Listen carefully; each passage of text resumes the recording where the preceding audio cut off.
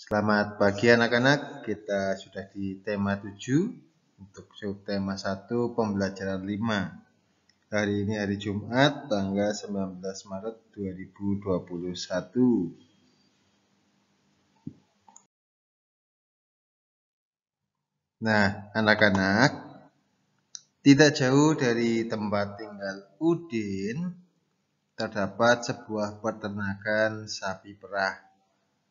Peternaknya mengizinkan Udin dan teman-temannya untuk berkunjung. Tentu saja, Udin dan teman-teman merasa senang. Di peternakan, Udin melihat banyak sekali sapi perah. Ada yang sedang diperah susunya. Ada juga yang sedang memakan rumput. Udin diberi teks tentang susu sapi dan cara pengolahannya. Udin dan teman-teman membacanya bersama-sama. Banyak sekali loh ternyata hasil pengolahan susu sapi.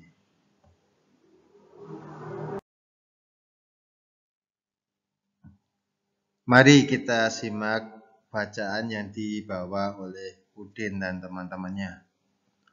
Pengolahan susu sapi. Susu merupakan hasil utama dari hasil sapi perah.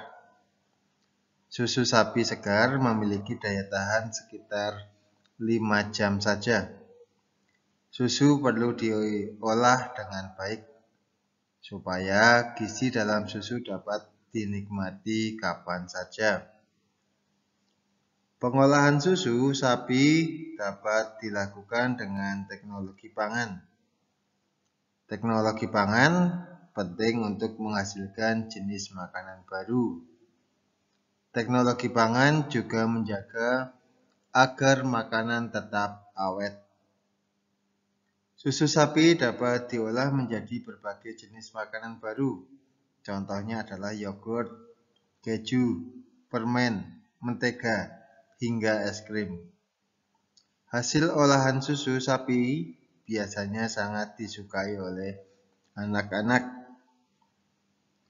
Dalam proses pengolahan susu, yang paling penting setelah hasilnya adalah cara mengemasnya. Pengemasan produk dapat menentukan daya tahan makanan tersebut. Daya tahan susu yang dikemas dengan plastik biasanya akan berbeda dari susu yang dikemas dengan kardus kedap udara. Nah, anak-anak, apakah manfaat dari teknologi pangan dalam pengolahan susu sapi? Nanti silahkan dijawab soalnya ada di link. Mari kita lanjutkan dengan mengamati. Hari semakin siang, Dayu mengajak Udin dan teman-temannya untuk beristirahat sejenak. Di halaman depan peternakan, terdapat toko yang menjual hasil berbagai olahan dari susu. Benny mengajak teman-temannya minum susu. Lani dan Udin menolak ajakan Benny. Maaf Benny, aku tidak bisa minum susu. Aku alergi terhadap susu sapi. Aku sudah membawa air minum dari rumah, ujar Lani. Kalau aku lebih memilih minum yogurt, Benny, kata Udin. Setiap orang itu memiliki pilihan yang berbeda-beda. Benny menghargai pilihan teman-temannya. Benny tidak marah walaupun ajakannya ditolak.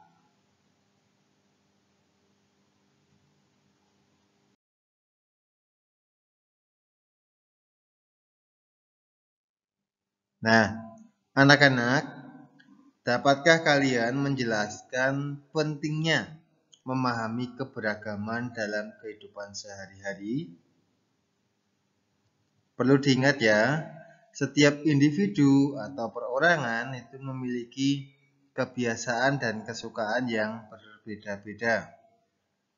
Sifat dan ciri setiap orang itu juga amat beragam.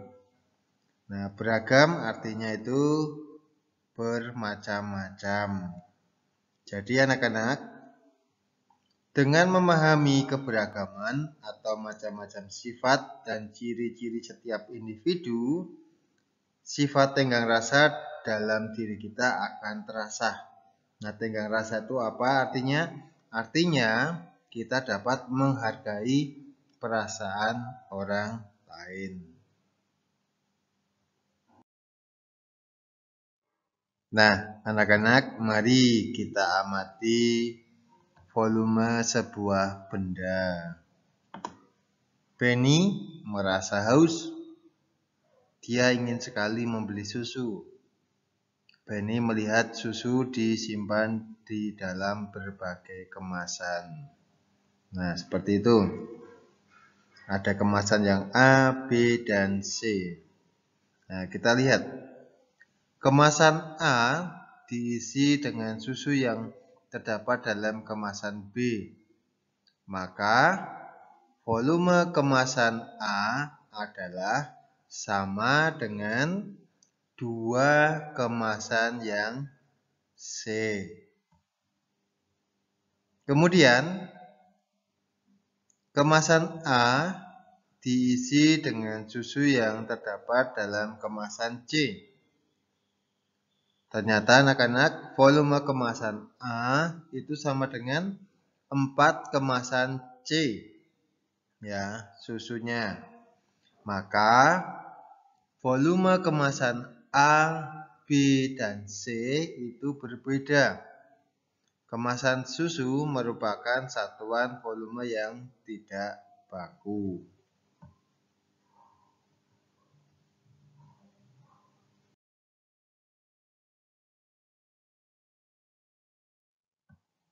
Oke, kita praktekkan ya anak-anak. Nanti bisa dipraktekkan di dalam rumah kalian.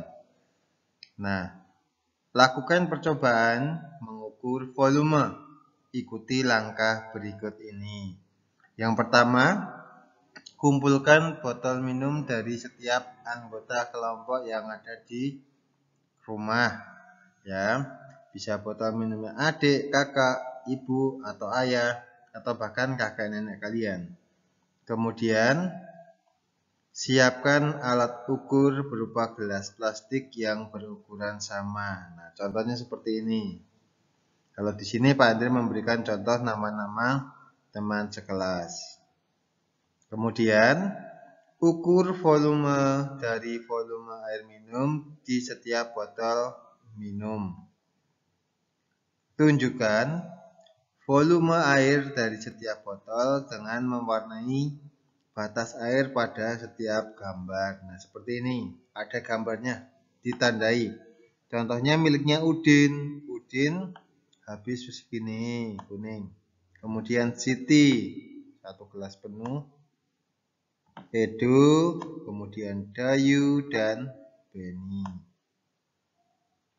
Nah, dengan ukuran yang sama anak-anak.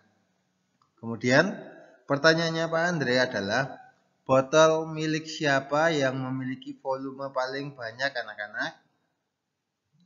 Botol minum yang memiliki volume paling banyak itu adalah miliknya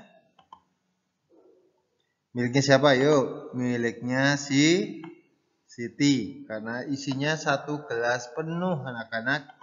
Kemudian kalau botol minum yang memiliki volume paling sedikit itu adalah miliknya siapa? Ayo, miliknya Edu. Nah, karena volumenya yang paling rendah sendiri. Seperti itu anak-anak. Kemudian silakan diamati. Amatilah gambar berikut. Nah, seperti ini anak-anak. Kira-kira gambar yang memiliki volume lebih banyak yang mana?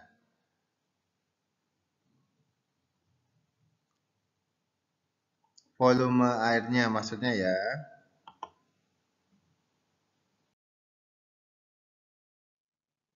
Baik anak-anak, nanti ajaklah orang yang di rumah, entah itu orang tua, kakek nenek, om tante, atau kakak atau saudara kalian untuk mengamati berbagai ukuran yang tertera pada berbagai kemasan botol minuman yang mungkin sering ditemukan dalam kehidupan sehari-hari yang ada di warung ataupun di toko.